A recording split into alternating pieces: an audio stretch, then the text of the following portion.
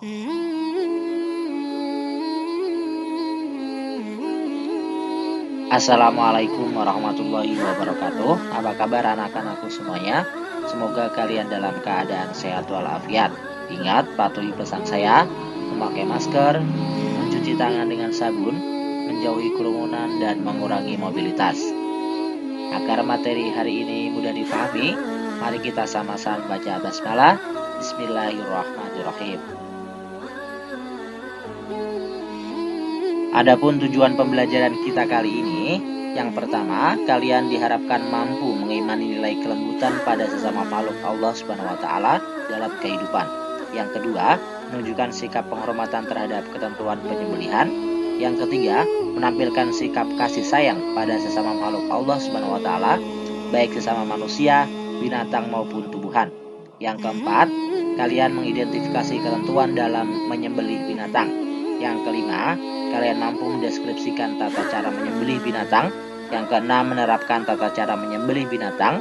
Yang ketujuh, menyusun laporan tata cara penyembelihan binatang. Yang kedelapan, kalian mampu mendemonstrasikan tata cara penyembelihan binatang. Yang kesembilan, mengikuti perintah kurban dan akikah. Yang kesepuluh, menunjukkan sikap peduli dan rela berkurban kepada sesama. Yang kesebelas, menjelaskan pengertian kurban, hukum dan dalilnya.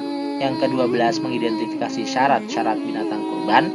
Yang ke-13, memetakan hal yang disunahkan dalam kurban. Yang ke-14, menganalisis waktu pelaksanaan kurban. Yang ke-15, menjelaskan pengertian akikah dan dalilnya. Yang ke-16, mengidentifikasi syarat-syarat dan ketentuan binatang yang sah untuk akikah. Yang ke-17, mensimulasi teknik pembagian dan distribusi daging kurban.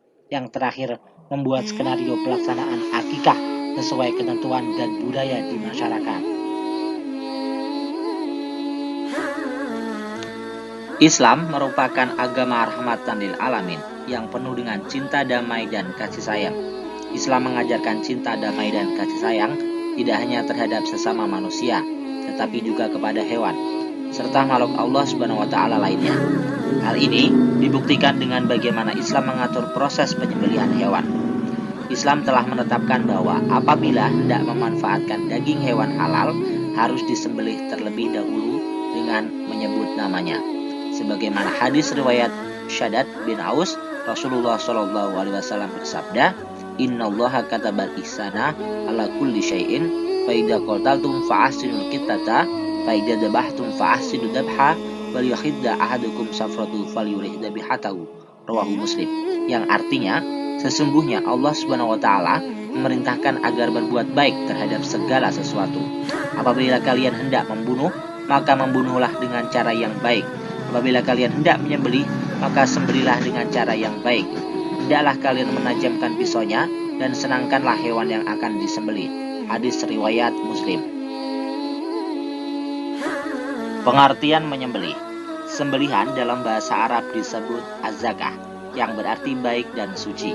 Maksudnya, binatang yang disembelih sesuai dengan ketentuan syara akan menjadikan binatang sembelihan itu menjadi baik, suci, halal, dan lezat untuk dimakan.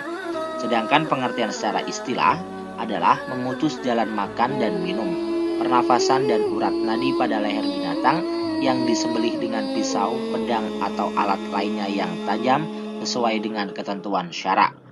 Semua binatang yang dihalalkan oleh Allah Subhanahu wa taala untuk dikonsumsi oleh umat manusia wajib melalui proses penyembelihan terlebih dahulu sesuai ketentuan syariat, kecuali ikan dan belalang. Hal ini selaras dengan sabda Rasulullah SAW, "Ukhillat lana maitatani wa damani fa ammal maitatani samaku wal jaratu wa amad damani fatahadu wal kabidu." Rawahu Daraqutni. Yang artinya, dihalalkan bagi kita dua macam bangkai hewan dan dua macam darah, yaitu bangkai ikan dan belalang, dan dua darah yakni hati dan lipa. Hadis riwayat Daraqutni. Dasar hukum penyembelihan binatang. Binatang yang halal bisa menjadi haram dikonsumsi jika matinya tidak melalui proses yang benar sesuai syariat, yakni melalui proses penyembelihan. Adapun yang menjadi dasar hukum penyembelihan binatang adalah, pertama adalah Al-Quran. Bismillahirrahmanirrahim. Hurrimat alaikumul maitatu wad damu wa lahmul khinziri wa ma uhilla li ghairillahi bihi wal munhaniqatu wal mawqudatu wal mutaraddiyatu wan natihatu wa ma akala subu ila ma dakaitum wa ma dubiha 'alan nusubi wa antastaqsimu bil azlam. Al-Maidah ayat 3. Artinya, diharamkan bagimu memakan bangkai, darah, daging babi, daging hewan yang disembelih atas nama selain Allah, yang tercekik, yang terpukul, yang terjatuh, yang ditanduk dan diterkam binatang buas, kecuali yang sempat kamu menyembelihnya, dan diharamkan bagimu yang disembelih untuk berhala. Quran Surah Al-Maidah ayat ketiga. Ayat tersebut menjelaskan bagaimana ketentuan binatang yang halal dimakan, yakni melalui proses penyembelihan yang sesuai syariat. Hal ini berkaitan erat dengan jenis binatang apa yang disembelih, siapa yang menyembelihnya, bagaimana cara menyembelih, dan apa yang dibaca saat menyembelih. Selain Al-Quran yang menjadi dasar hukum penyembelihan hewan, yaitu yang kedua adalah hadis. Innallaha katabal ihsana ala kulli syai'in fa idza qataltum fa ahsinu qatlata wa idza dabahtum fa ahsinu dabha wa yuhidda ahadukum safratahu falyarih dabihatahu. Rawahu Muslim. Yang artinya, sesungguhnya Allah memerintahkan agar berbuat baik terhadap segala sesuatu. Apabila kalian hendak membunuh, maka bunuhlah dengan cara yang baik. Apabila kalian hendak menyembelih, maka sembelihlah dengan cara yang baik. Hendaklah kalian menajamkan pisaunya dan senangkanlah hewan yang akan disembelih. Hadis riwayat Muslim. Hadis tersebut mengandung tuntunan bahwa proses penyembelihan pun jelas diatur dalam Islam. Bahkan penyembelih binatang dilarang untuk menyakiti binatang yang akan disembelih, baik ketika akan menyembelih maupun saat proses penyembelihan. Rukun penyembelihan. Rukun merupakan unsur paling penting yang harus ada dalam setiap ibadah. Rukun adalah ketentuan yang harus dipenuhi dalam melakukan sesuatu pekerjaan atau ibadah. Bila tidak terpenuhi, maka ibadah atau pekerjaan tersebut tidak sah. Penyembelihan binatang juga termasuk bagian dari ibadah, maka penyembelihan tentu ada rukunnya. Rukun menyembelih binatang sebagai berikut. Yang pertama adalah orang yang menyembelih, yang kedua hewan yang disembelih, yang ketiga niat penyembelihan, dan yang terakhir adalah alat untuk menyembelih. Syarat penyembelihan. Syarat adalah ketentuan atau perbuatan yang harus dipenuhi sebelum melakukan suatu pekerjaan atau ibadah. Tanpa memenuhi ketentuan atau perbuatan tersebut, suatu pekerjaan dianggap tidak sah. Adapun syarat-syarat penyembelihan yang wajib dipenuhi yaitu berkaitan dengan 1. Orang yang menyembelih.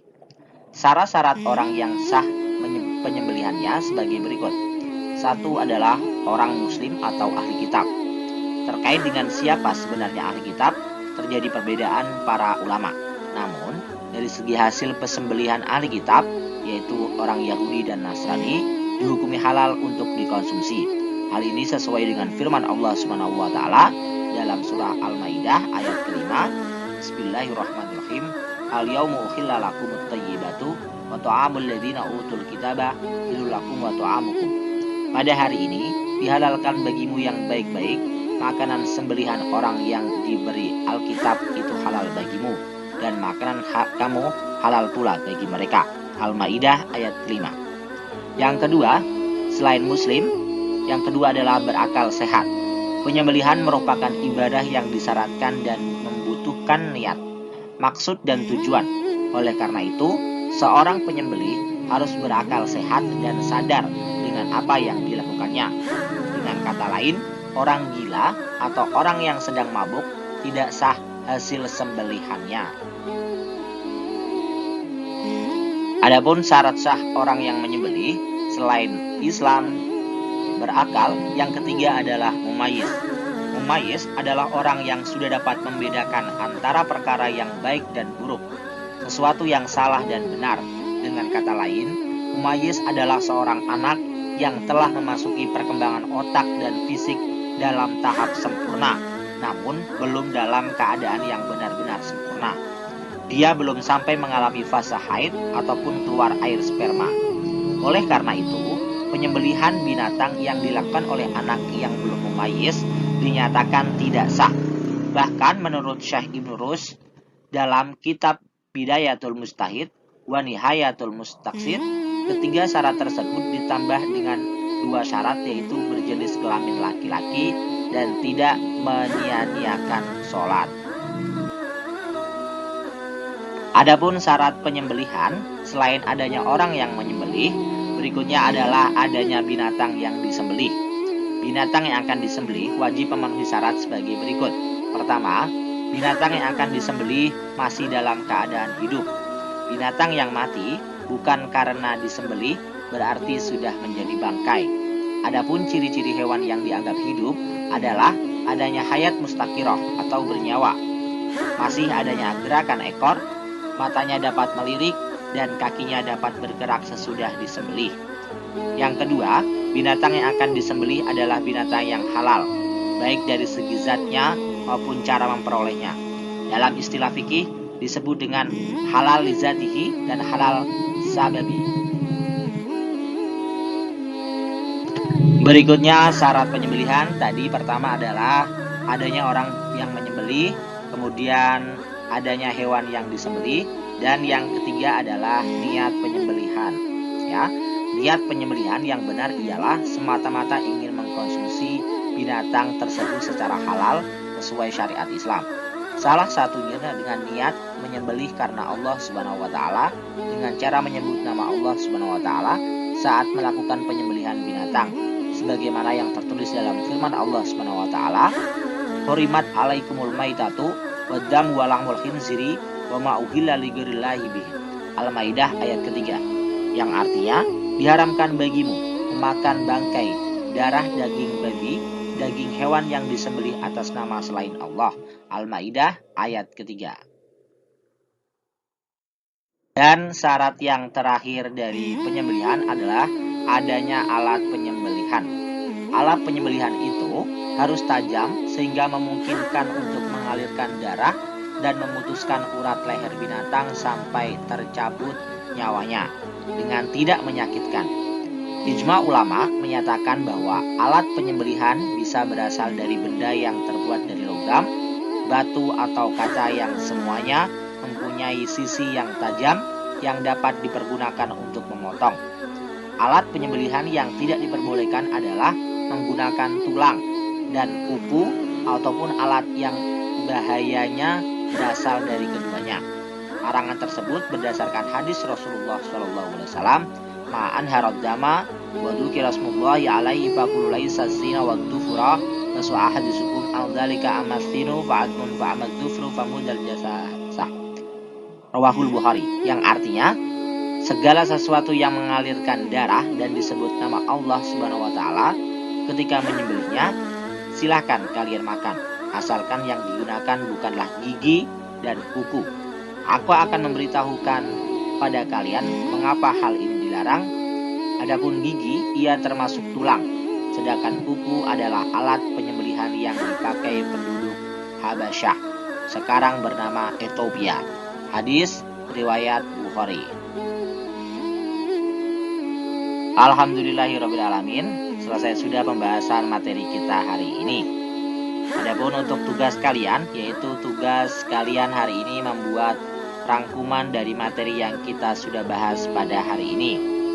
Caranya bagaimana? Ketik di kolom komentar di video ini ya, kesimpulannya atau rangkumannya.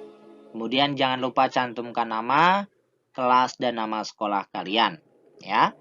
Jangan lupa di like dan di subscribe bagi yang belum subscribe. Terima kasih. Akhir kalam, wassalamualaikum warahmatullahi wabarakatuh.